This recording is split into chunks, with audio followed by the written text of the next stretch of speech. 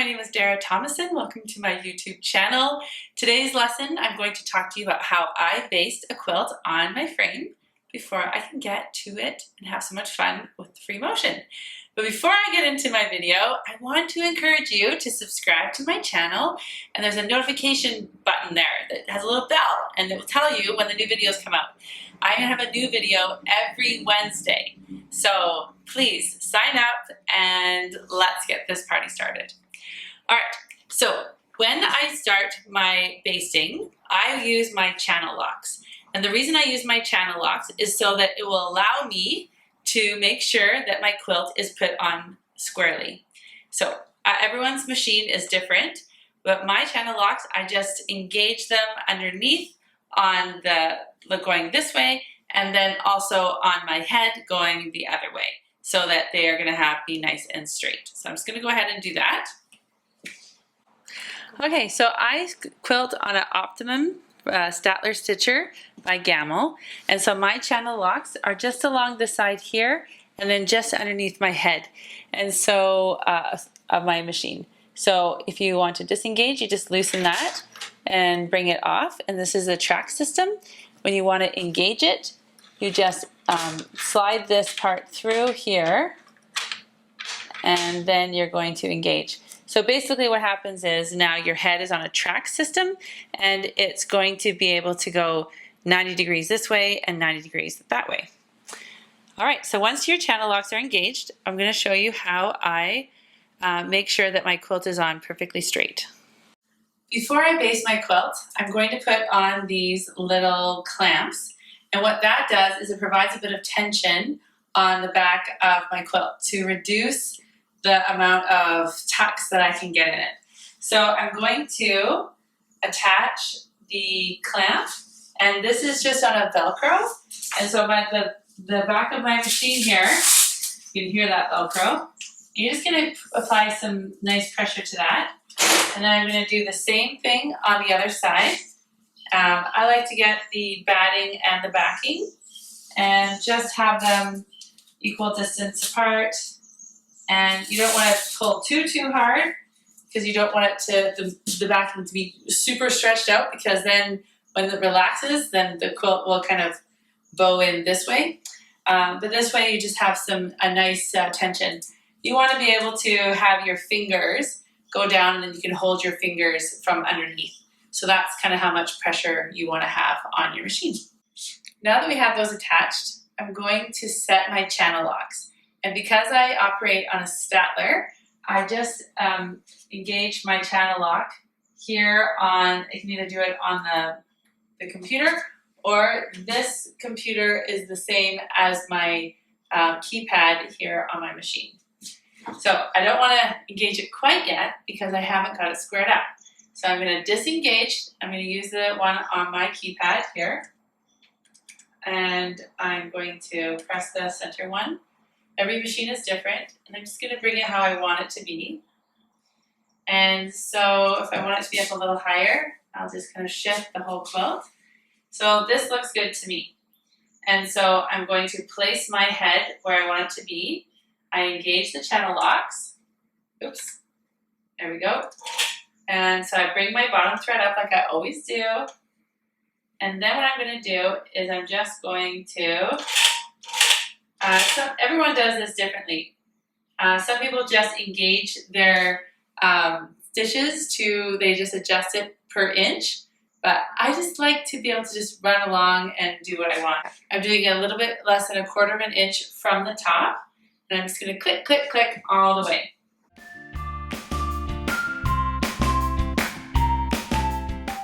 Okay, so now to make sure that your basting along the side is perfectly square, you're going to use a large square ruler. This one is 15 inches. And what this allows me to do is I'm going to actually place this 15-inch ruler along the top. So I know that it's nice and square on the top. And I'm going to just line it up and see how square it is. So if it's a little bit off, most quilts are fairly good. But if you're a little bit worried and you want to make sure that it's right on, then you're going to lay this on nice and flat. You're going to make sure it squares up. If you want to make if you want to double check, you can go ahead and pin along where the quilt is, pin, pin, pin, and then double check with your squaring up ruler, and then go ahead and baste down the side. And so that's a good way for you to keep track as you quilt along. Another help would be to use a tape measure. And so if you know that your edge from here to the edge of your quilting machine, let's say it's 40 inches, you want that to be the same from this edge to here is 40 inches, from this edge to 40 inches as you roll it up. So that's another really good gauge.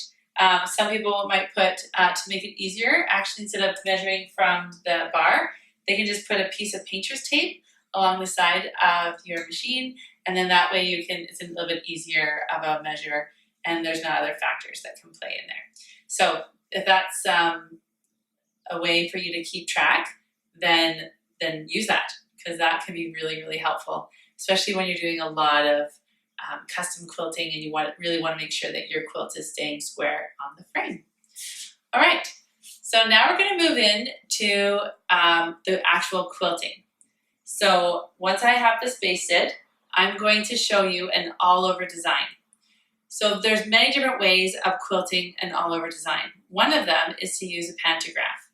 Now, I don't know about you, but I really like to do the quilting myself. And so pantographs traditionally are put as a long strip of paper that's put on the back side of your machine. And with the laser pointer, you just trace along the lines. That has a place. I personally have never been able to do it, and I think it's because my personality, I just like to be very independent. Now that I have the Statler, I can use edge to edge. That means the pattern is the same from one edge to the other, and I just rotate that down. And there are definitely quilts that say, I want to be edge to edge quilting, and it's no big deal. However, since I love quilting so much, I like to be the one that drives the handles. I like to drive the head. So I'm going to go over a really beautiful design for you that you can now go to for an edge-to-edge design. All right, so I'm going to talk to you about a way of approaching a quilt that will help you take some of the anxiety off. So I don't know about you, but when you see a big blank canvas, you feel kind of overwhelmed and not sure where to go. And so one of the tricks that I like to use when I'm quilting is actually using the piecing to help me decide on the quilting I'm going to do.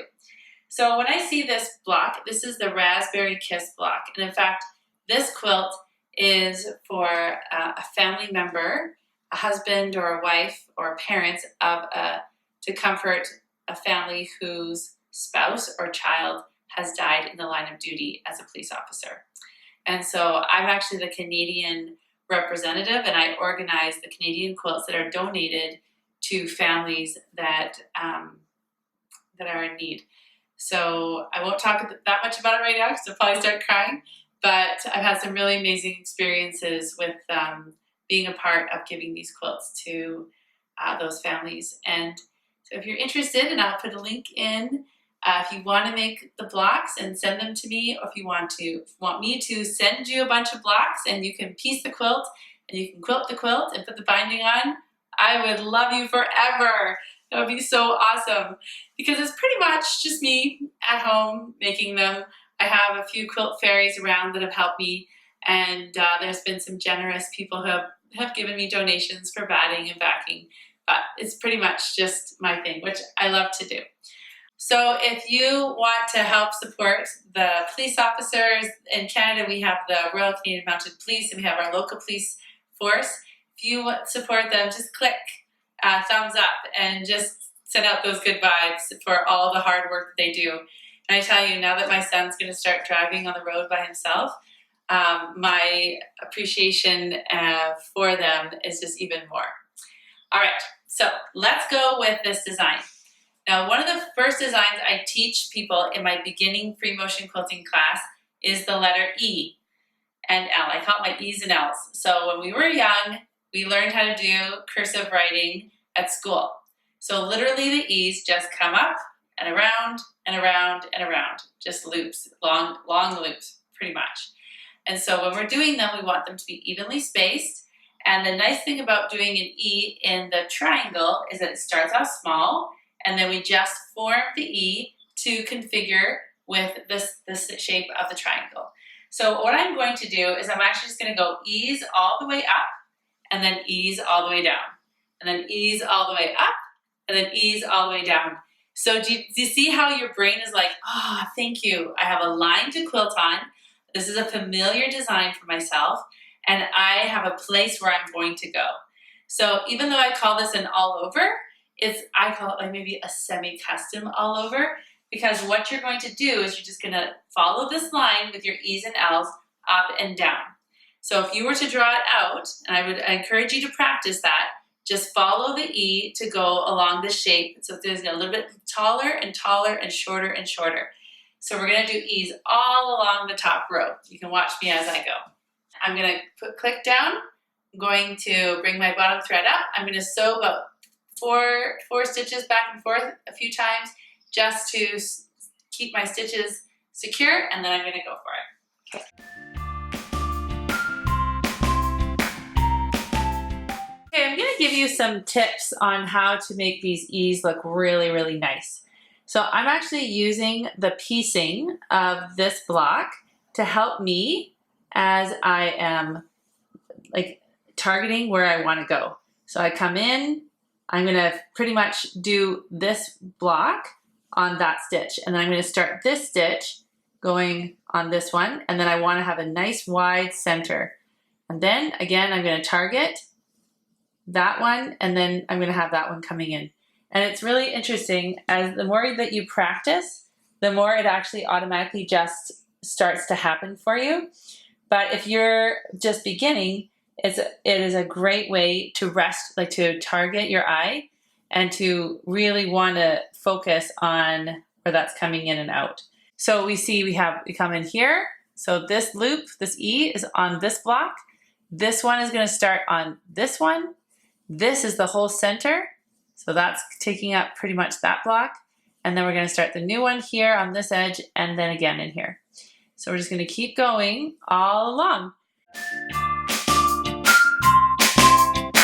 Okay, so now I'm going to do an all over loop design.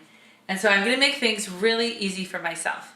I'm actually dividing up the piecing to help me guide myself to know where to go. So I'm going to just show you with my very technical finger quilting. So I come in here and I do a loop into this square, and then I'm going to loop into here, I'm going to loop into here, I'm going to loop into this one, and I'm just basically moving my way across the block using loops, larger loops, to fill in that space. So I'm just going to travel along, loop into here, so I can come up to this one, and into here, back into the center. So this one, as you can see, is actually not pieced that way, but I'm just pretending that there are 9 squares. And I'm going to just keep my loop. So this video is really great for beginner quilters, might be a little bit more intimidated by these large spaces, but then you're going to get this really nice custom type of look from doing it. So I'm going to go and start quilting for you. Now, what I want you to think about as I'm quilting is try to anticipate where I'm going to go next.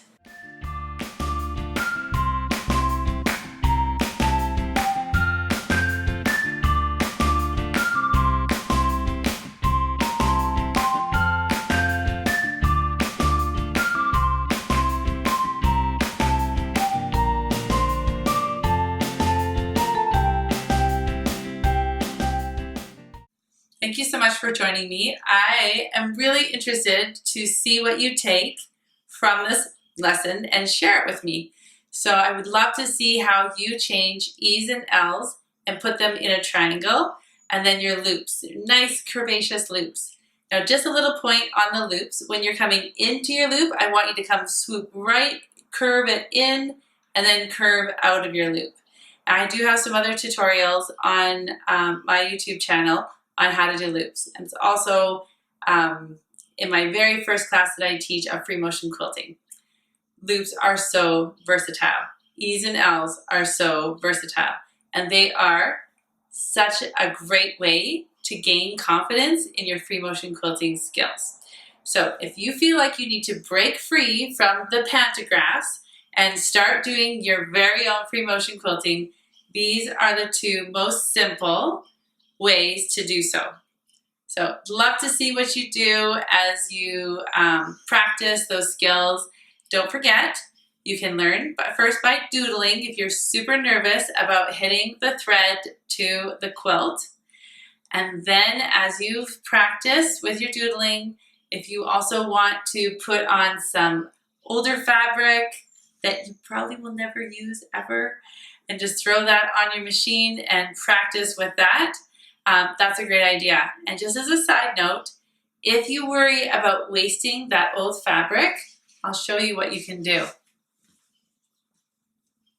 So here, for example, is a quilt sandwich. I've already cut it out, but what you're gonna do next is you can just zigzag or serge it, and you can donate this to the SPCA, and then you don't feel like you're wasting. And then a dog or a cat will thank you for something that they can sit on, or they can use them to dry them off when they're there. So look at that. I've given you permission to practice and to do good at the same time. Anyways, thank you so much for joining me on this video, for basting our quilt onto our frame, for learning some new skills as the E's and L's and loops. Can't wait to see what you do. Don't forget, you can find me on Dara Tomasson on Instagram, Facebook, and my website, daratomasson.com. Tomasson without an H.